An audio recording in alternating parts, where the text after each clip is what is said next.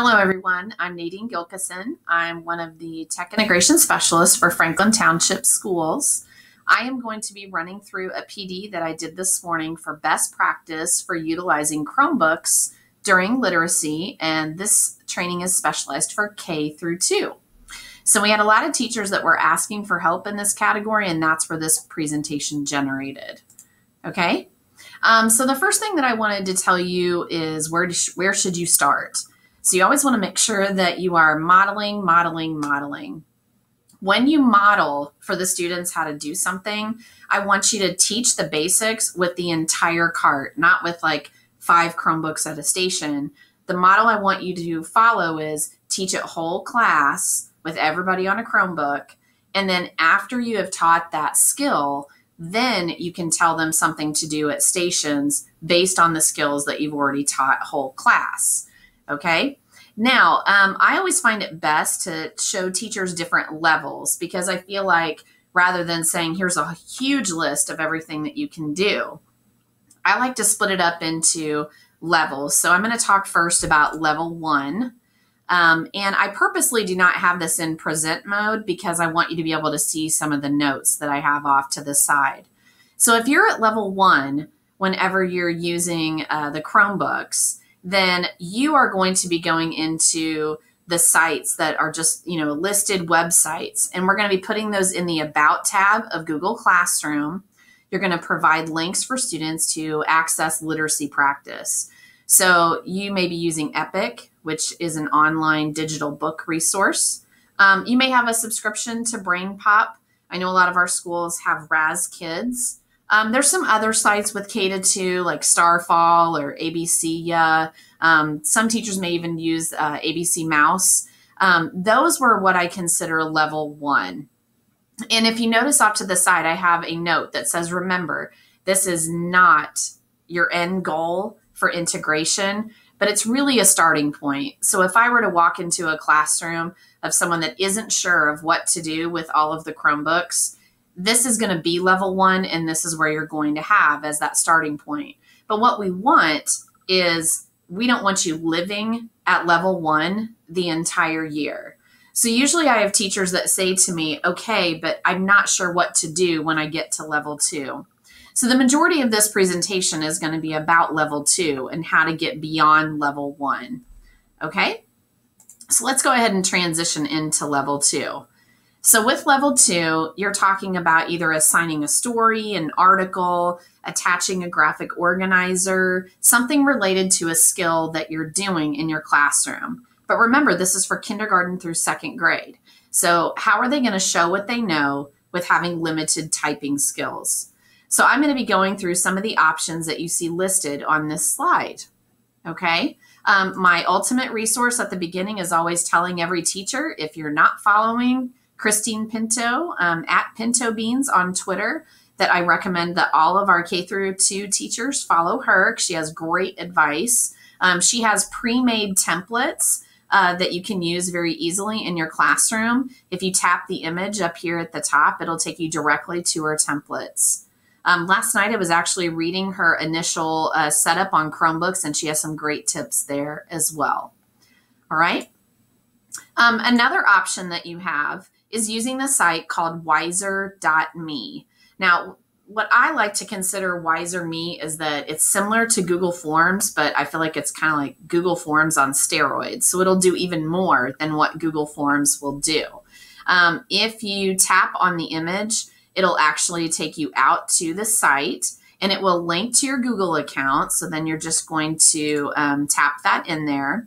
I'm going to show you a link to a gallery that shows you pre-made Wiser.me that are already created out there. What's nice about it with these community, I wish they wouldn't call it a worksheet, because to me it definitely feels like more than just a worksheet. I am going to give you an example briefly of one that I found that was about prepositions. So I'll let it load here. And I'll show you why I think that it is more than just simply a worksheet. All right, so I found one on prepositional phrases review. And I realize this may not be a topic for K through 2, But as I show you what Wiser Me can do, I want you to think about how that would apply to a skill that you're teaching in kindergarten through second. So on this site, it allows you to embed a video, which I know Google Forms allows you to do that. It allows me to have questions on here that the students can select with multiple choice. Now, how it is different than Google Forms, and the reason why I like it with K through 2, you can have it actually read the question out loud to the students automatically. You can also have the students record their response. And that's another feature that it has. So again, I'm trying to think of that K through 2 realm. You've got other videos that are added in here, recording and so on. You can sort items. So this morning when I did the training, I mentioned to the K-2 teachers, I'm like, well, what if you're having them sort long A and short A? So then you can actually create something on Wiser Me that will do that. It has an annotation feature built in when you're wanting them to locate something. Okay, now that's just a snapshot of showing you what it will do. One of the biggest benefits that I like about it is the fact that you can actually assign it to Google Classroom from within Wiser Me. So that's another option. Next, on the next slide, we see an example of like a graphic organizer. So basically on here, you know, this is a simple task where you may have students where they're sorting something. And so then they're simply going to be using the arrow keys. And that's what I tell all students on a Chromebook. Use the arrow keys to move something that's actually on there.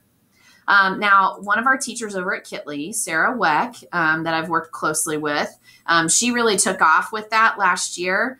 And so in her first grade classroom, she was actually doing like compound words. And so again, it's just a 1 slide or maybe a 2 slide activity that you're having the students do.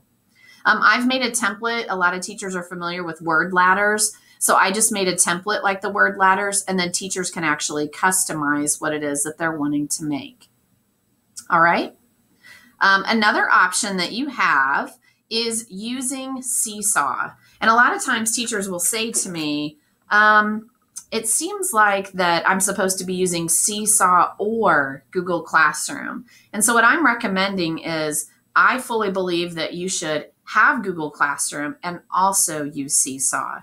In the About tab of Google Classroom, that's where I tell our teachers to list your common websites that you go to. And I want you to have a link to Seesaw. So then within Seesaw, you can ask the kids to do something. And as you can see on this image, the reason why that I like Seesaw so much is because at K-2, you really need to rely heavily on tools that the student can show what they know in like a video format or an audio format. So on here with Seesaw, the kids have an option of a photo, video, a drawing, a link. They can even attach a Google file to it as well. So I wanted to give teachers an example of how you can use Seesaw. So I'm going to go over here to my Seesaw account. So I'm going to show you a clip. So the teacher would record video directions of what you were asking the kids to do. And notice it works on an iPad and Chromebook. Okay, class, we just finished reading Mr. Lincoln's Whiskers. I would like for you to use the Seesaw app and tell me something that you learned about Mr. Lincoln's Whiskers. Okay, so after that is posted, then we're going to take a look at some student examples that we have on here. Okay, so one student chose to use the drawing tool and then recorded his voice on here. Grace told him that he might be elected if he grew a beard. Okay, so that's one option. Another student chose to take a photo of the actual book and annotate on it and then record their voice. The fact that I learned about Mr. Lincoln's Whiskers is because at the end of the story, I found out that this story is true, and if you look at the very back of the book, you can see the real letters. Okay, then as the last option, then you can also do video.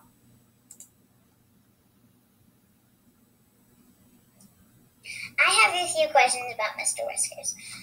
What do you mean about women couldn't vote? It's because that it was against the law. What do you mean that it was against the law?